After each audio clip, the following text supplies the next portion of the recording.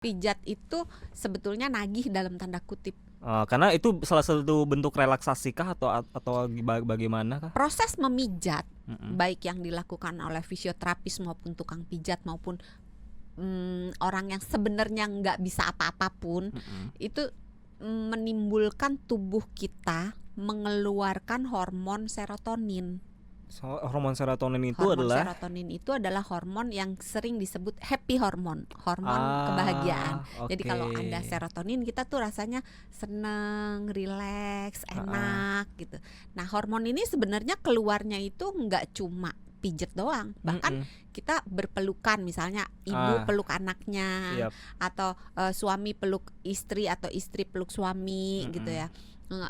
Bersentuhan ya, bersentuhan kulit juga menimbulkan keluarnya hormon serotonin gitu.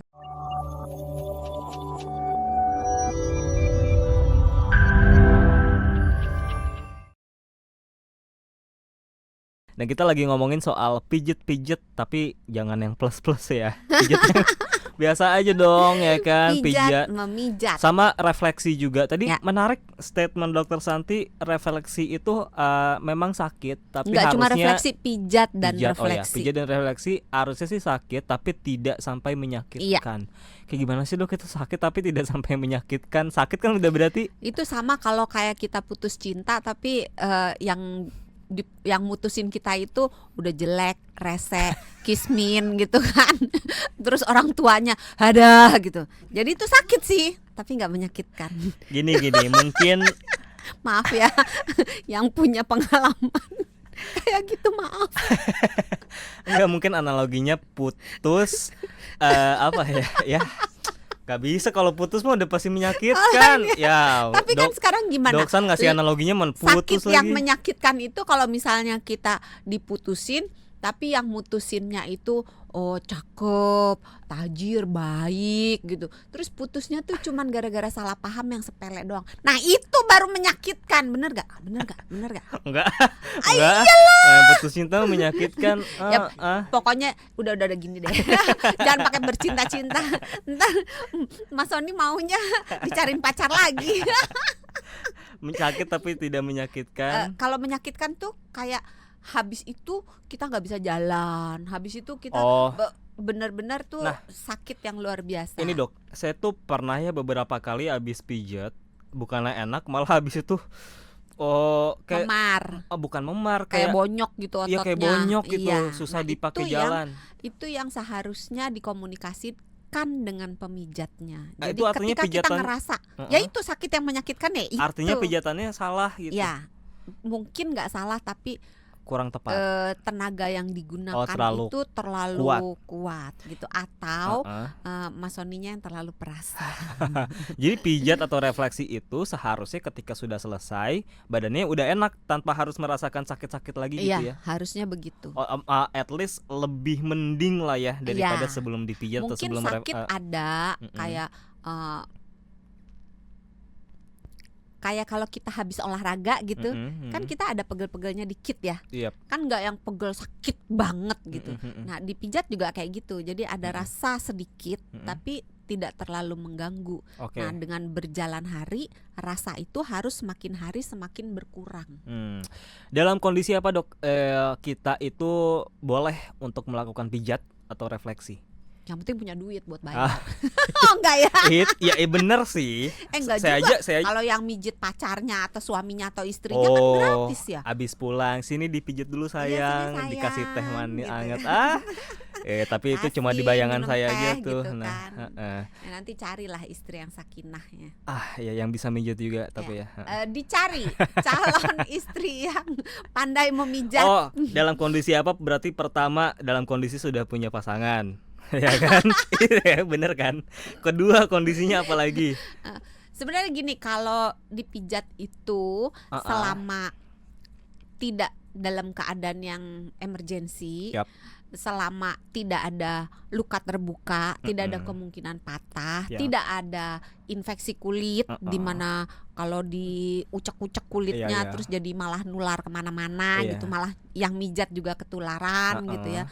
Terus umur pas gitu, nggak muda banget, nggak bayi, dan juga nggak berumur banget, dan nggak punya penyakit-penyakit yang lain. Kalau dia mengalami misalnya pegel-pegel abis mudik nih kan, perjalanan kan, Yap. aduh gitu kan, terus atau misalnya habis kerja bakti misalnya, atau habis olahraga gitu, itu masih oke untuk dipijat gitu.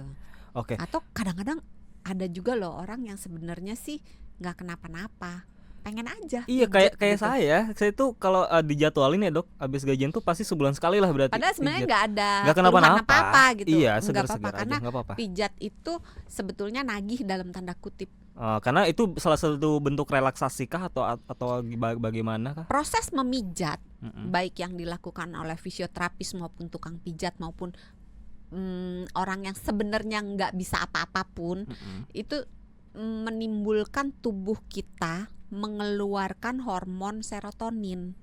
Hormon serotonin itu Hormon adalah serotonin itu adalah hormon yang sering disebut happy hormon, hormon kebahagiaan. Jadi kalau ada serotonin, kita tuh rasanya seneng, rileks, enak gitu.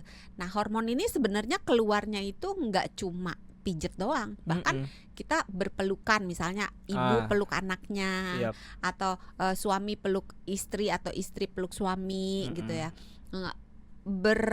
Sentuhan ya, bersentuhan kulit juga menimbulkan keluarnya hormon serotonin gitu. Emang sebenarnya apa sih dok manfaatnya kalau dipijitnya benar tekniknya, terus kitanya juga dalam keadaan yang sehat-sehat, apa sih manfaat sebenarnya gitu dok dari dipijit atau refleksi itu? Dua. Manfaat secara psikologis sama manfaat secara fisiologis badannya. Kalau psikologis tadi itu ya memunculkan hormon serotoninnya ya keluar, hormon-hormon yang menyenangkan lainnya juga keluar, ada menimbulkan rasa kayak enak, nyaman, sugestinya jadi positif lah ya, relax gitu. Apalagi kalau dipijit kan musiknya pasti musik yang kan relax. jarang ya kalau kita dipijit terus musiknya dangdutan gitu kan, jarang. Atau musiknya musik horek gitu. Dangdut mungkin ada, tapi kalau yang metal atau apa rasanya jarang ya. Biasanya kan musik-musiknya menenangkan. Terus biasanya ruangannya juga kan wangi. Iya, gitu. bener. Terus lampunya juga agak remang-remang, dikondisikan gitu. Nah, itu membuat orang yang stres jadi hilang stresnya. Nah, itu yang dalam tanda kutip menimbulkan ketagihan. Itu manfaat psikologis. Nah, kalau manfaat terus fisiologis, nggak cuma itu, habis dipijet biasanya tuh orang tidurnya enak. Iya, setuju. Karena serotonin itu merupakan bahan baku untuk membuat melatonin. Oh gitu. Melatonin itu adalah hormon yang kalau dia ada kita ngantuk. Tapi kalau dia sedikit kita seger. Jadi kalau dia banyak kita ngantuk. Makanya kalau dipijit keluar serotonin bisa dibikin melatonin bikin kita ngantuk, maka kita habis dipijit kan. Pantas kalau lagi dipijitnya enak banget ya, pasti ketiduran, bawaannya kan? Ngantuk ketiduran. Apalagi kalau habis pijit mandinya air hangat, terus enak kan, tidurnya jadi enak. Karena tidurnya enak, maka moodnya jadi bagus. Serotonin keluar juga bikin moodnya bagus. Maka orang-orang yang depresi, orang-orang yang gangguan kecemasan itu biasanya membaik, mendingan gitu. Itu dari sisi psikologis. Kalau fisiologisnya? Kalau dari fisiologisnya, dari badan kita nih, itu kadang-kadang kan kalau misalnya kita dipijit lagi pegel, nyeri otot gitu, terus otot tuh kayak meringkel, kayak menggumpal, kayak kenceng gitu. Nah, itu tuh bisa jadi rileks, otot-ototnya tuh jadi lebih apa namanya, lebih nggak terlalu kaku. Nggak kaku, iya. Itu kalau misalnya di iklan-iklan obat gosok tuh kayak ada tali, ada simpulnya gitu. Sebenarnya dalam kenyataannya ya kurang lebih kayak gitu. Memang itu. Ototnya itu ada yang menggumpal. Nah, dengan dipijat gumpalan-gumpalannya otot dan tanda kutip ya, bukan gumpalan. Itu tuh kayak diredain, diurai si simpulnya itu, sehingga ototnya jadi lemas, jadi rileks, maka nyerinya, kakunya akan berkurang.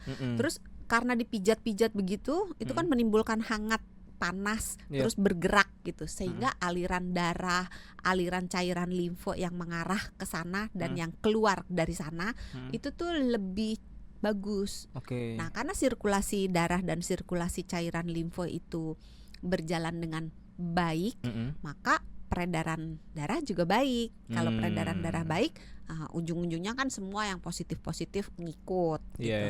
Terus tadi otot udah, terus aliran darah udah.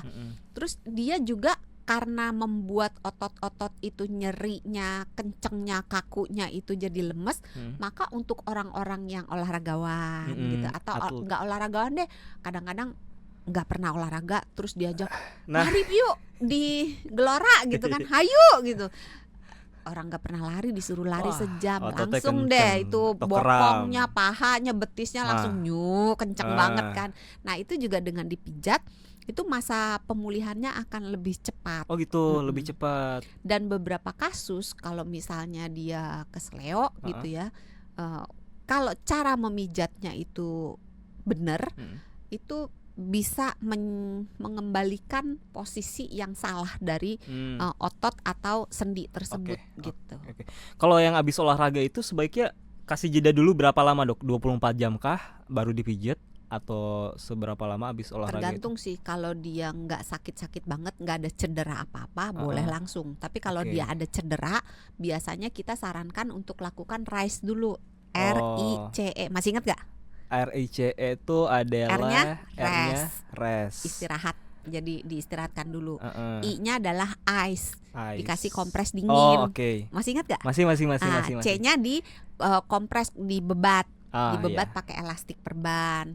Terus E-nya elevasi, diangkat. Jadi misalnya kalau cederanya kesleo di pergelangan kaki, maka ketika ini kakinya diangkat lebih tinggi dari badannya, mungkin diganjel pakai bantal atau pakai sesuatu.